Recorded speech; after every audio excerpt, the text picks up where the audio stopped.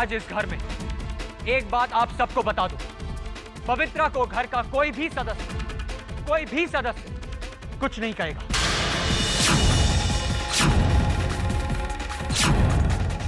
जो उसका मन होगा वही वो करेगी, जैसी उसकी मर्जी होगी वैसा ही होगा इस घर में। वो इस घर की बहुरानी है, नौकरानी नहीं। किसी ने भी उससे इस तरह का काम करवाने की कोशिश की, उसे दुख पहुंचाने की कोशिश की, तो मैं पवित्रा को लेकर ये घर छोड़कर हमेशा हमेशा के लिए चला जाऊंगा। समझिए आप लोग?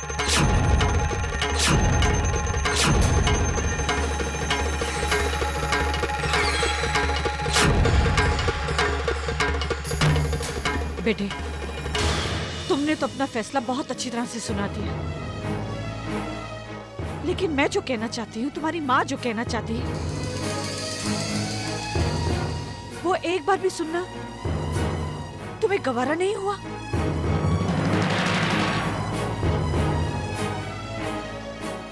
तुमने जो कहा, मुझे इस बात का दुख नहीं है युवराज,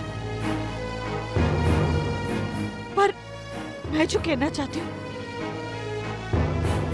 तुम सुनना ही नहीं चाहते। बस मम्मा, अब रोकर मुझे इमोशनल करने की जरूरत नहीं है। मैंने जो कह दिया सो कह दिया।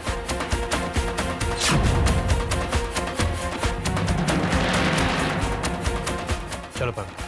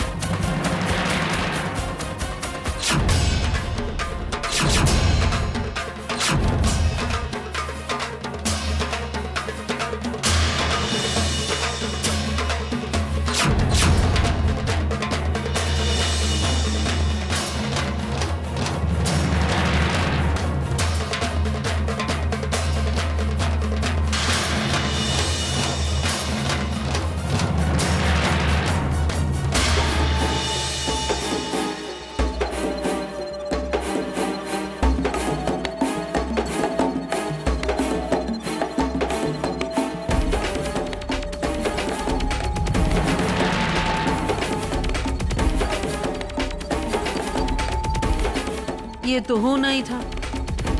मैंने तो पहले ही कहा था, शादी के बाद बेटे के तेवर बदल जाते हैं, सो बदल गए।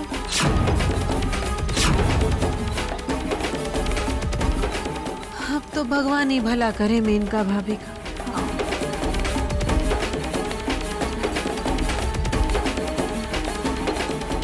चल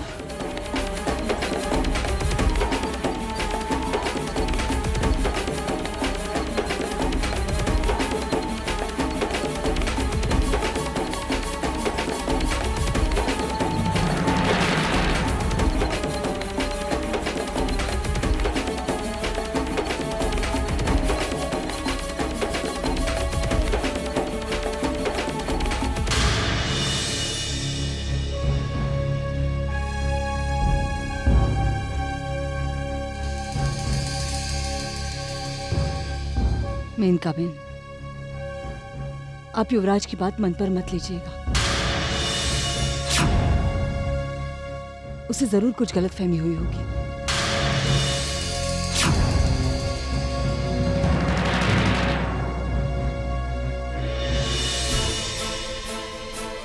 वो आपको, इस परिवार को छोड़कर कहीं नहीं जाएगा। आप चिंता मत कीजिए। हाँ छोटी माँ, हम सब है ना, अब बिल्कुल चिंता मत कीजिए। हाँ छोटी माँ।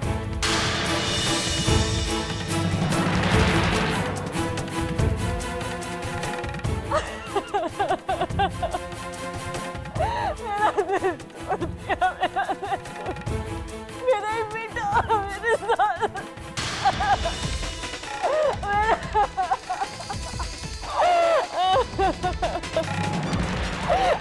मेरे बेटे ने मेरा दिल तोड़ दिया। पवित्रा, ऐसा नहीं लगता कि मैंने मम्मा के साथ बहुत रूडली बात कर दी है? मुझे इतनी सख्ती के साथ मम्मा के साथ नहीं बात करनी चाहिए थी। उन्हें बहुत बुरा लगा होगा। मैंने तो उन्हें कुछ कहने समझने का मौका तक नहीं दिया। नहीं युवराज, मुझे नहीं लगता कि तुमने मम्मी जी के साथ सख्ती से बात की, बल्कि तुमने सारे परिवार के सामने जो मेरे बारे में कहा वो बिल्कुल सही था। युवराज, मुझे काम करने में कोई तकलीफ नहीं, और काम काम की जगह हो तब तक ही ठीक लगता है, पर जब बोझ बन जाए तो अजीब सी घुटन महसूस होती है। रोज कोई ना कोई नया बहाना बनाकर मम्मी जी मुझसे काम करवाती रहती हैं। युवराज, मुझे सिर्फ एक बात का डर है। मैंने अपनी पूरी जिंदगी में कभी इतना काम नहीं किया जितना अब शादी के बाद इन दिनों कर रही हूँ। मुझे बस एक ही बात का डर लगा रहता है कि अगर इसी तरह काम करते करते मेरी असलियत पूरे घर वालों के सामने आ गई तो वो लोग तो मुझे धक्के मार के यहाँ से निकाल देंगे। युवराज, मैं तुमसे दूर जाने का सोच भी नहीं सकती।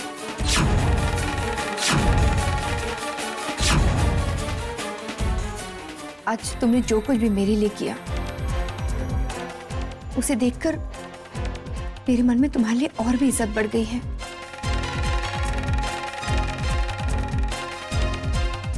I love you.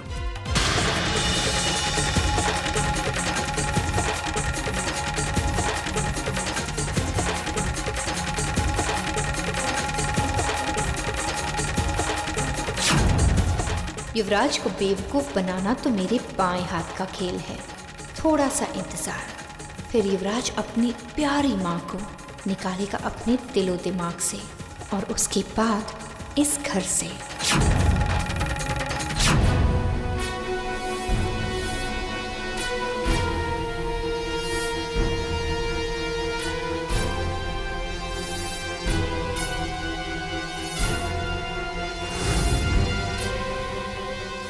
Mama, I love you. You're so sweet. मामा, मुझे काजू का हलवा नहीं खाना। पवित्र, थोड़ा सा डाल दो।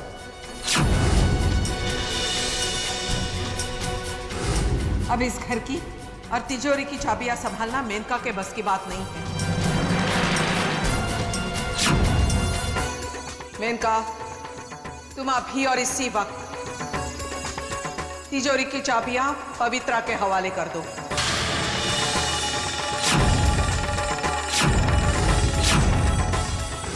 मेरी इजाजत के बगैर आपको तिजोरी से पैसे नहीं निकालने चाहिए थे। इस घर में कुछ बदलाव आए और आपको भी उसके मुताबिक अपनी आदतें बदलनी होगी।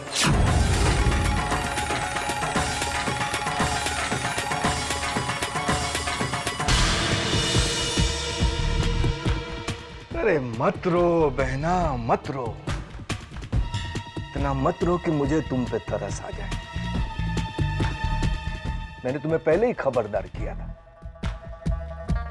पर तो इस बेवकूफ भाई की बात सुने तब। अरे इतने सालों से मेहनत कर करके बड़ी मुश्किलों से घर के एक एक आदमी की लगाम जो तुमने अपने हाथों में कस के रखी थी ना, वो अब धीरे धीरे छूटती जा रही है। रोना बंद कर और मेरी बात सुन। इस घर में अपना पुराना रौब कायम करने के लिए तुम्हें जल्दी ही कुछ करना पड़ेगा, वरना वो पवित्रा देवी तुम्हारे घोड़े को इस रेस में ज्यादा दौड़ने नहीं देगी। कुछ करो बहना, कुछ करो।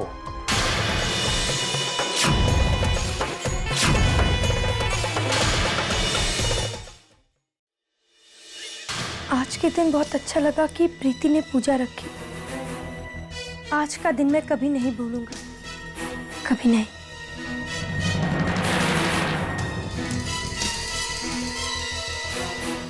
दीदी, मुझे नहीं लगता हमें हमारे इस प्लान के साथ आगे बढ़ना चाहिए।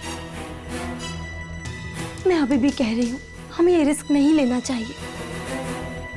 लक्ष्मी, ये बहुत अच्छा मौका है, हमें ये पूजा जरूर करनी चाहिए। पर दीदी, लक्ष्मी,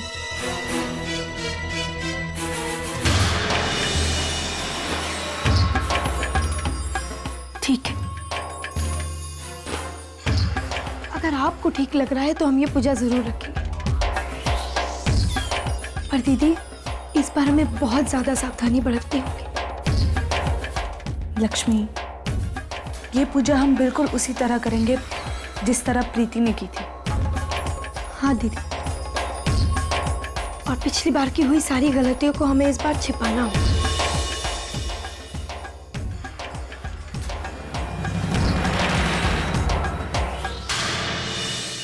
गायत्री बहन, आओ जो, बहुत अच्छा लगा यहाँ आके। बस अब आप हमारे फोन का इंतजार करना, जैसे वो खुशी की खबर मिलेगी सबसे पहले मैं आपको फोन करूंगी। हमें आपके फोन का इंतजार रहेगा। संभालिएगा हमारी हल्की को। अरे हमारी भी तो बहू है।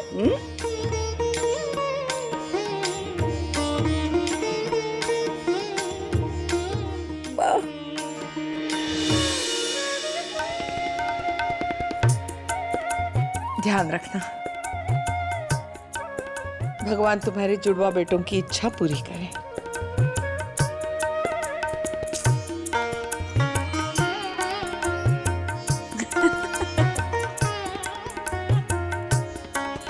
आवजो बेन।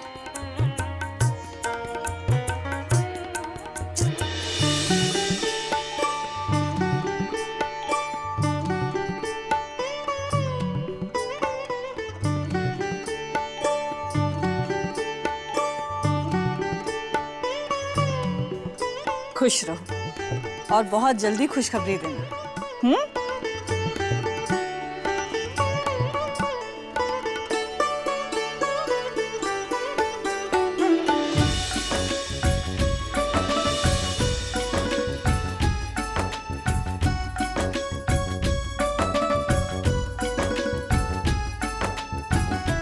सुखी रहो, बच्चों से फले फूले तुम्हारा घर। हाँ।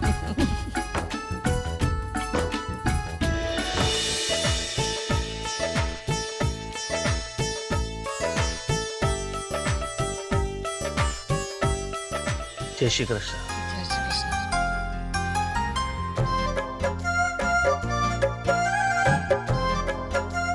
अरे हसमुख, जल्दी चलो नहीं तो ट्रेन छूट जाएगी। पहले ही देर हो गई। चल बहू। चलो बेन, निकलो, गाड़ी का वक्त हो गया ना। आओ जो, आओ जो, आओ जो। अरे बच्चों आओ जो, आओ जो सावित्री बहन, आओ जो आंटी। चल संभाल। टिकट लिया ना? मेरे पास तो नहीं है टिकट तेरे। आओ जो बेन। अरे दरवाजा यहाँ पे है, चल। चल हल्की, शुरू कर दे अपनी नौटंकी। हल्की, क्या हुआ?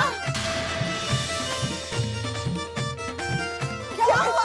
अरे फोन करो, डॉक्टर को फोन करो। उठाओ। हाँ। पीठ में दर्द हो रहा है। अरे देख क्या रही है? डॉक्टर को फोन कर। हाँ, उठाओ। अंदर ले चल। अंदर ले चल।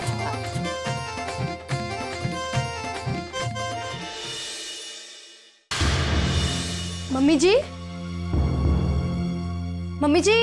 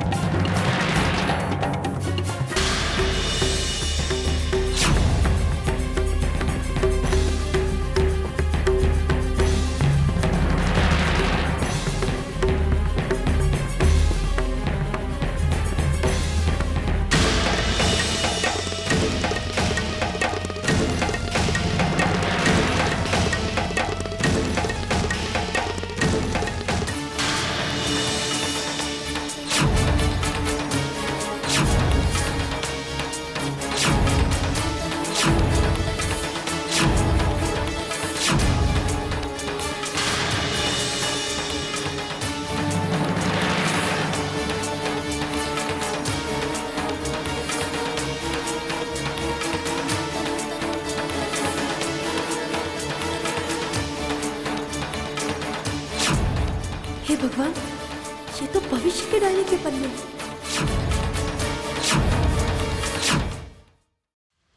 मुझे कभी पसंद नहीं है कि प्रीति इस तरह फोटो खिंचवाए। आज मुझे बहुत दुख हुआ। भविष्य को जब मैंने ये तस्वीरें दिखाई तो बिल्कुल अपने आपे से बाहर हो गए। बिल्कुल पहले जैसे पेश आने लगे। बहुत गुस्सा आया उनको।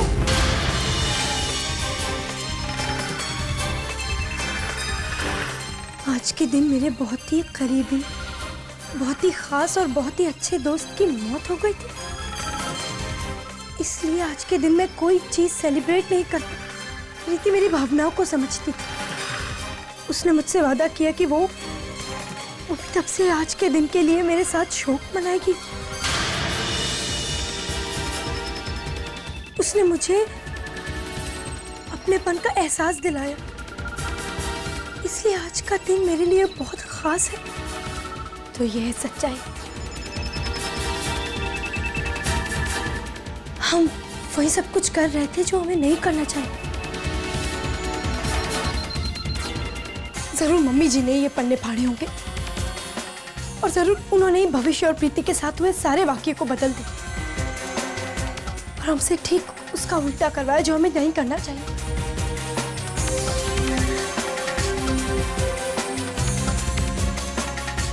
इसका मतलब मम्मी जी सारी सच्चाई जानती थी।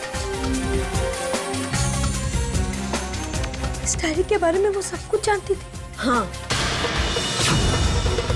मैं सब कुछ पहले से जानती थी।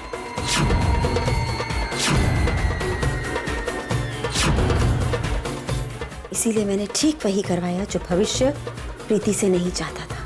और आज तुम्हारे सारे प्लान नाकामयाब हो जाएंगे। जरा सोचो लक्ष्मी, आज के दिन भविष्य को पूजा से सख्त नफरत है और सरस्वती वही करने जा रही है जो भविष्य नहीं चाहता। तो इसका मतलब आज तुम्हारे लिए, तुम्हारे प्लान्स के लिए और सरस्वती के लिए ये आखिरी दिन है। प्रीति को आज मरना होगा और वो जरूर मरेगी। नहीं, मैं अपनी दीदी के साथ ऐसा कभी नहीं होने दूंगी मम्मी जी। मैं ये पूजा रोक दूंगी मैं ये पूजा।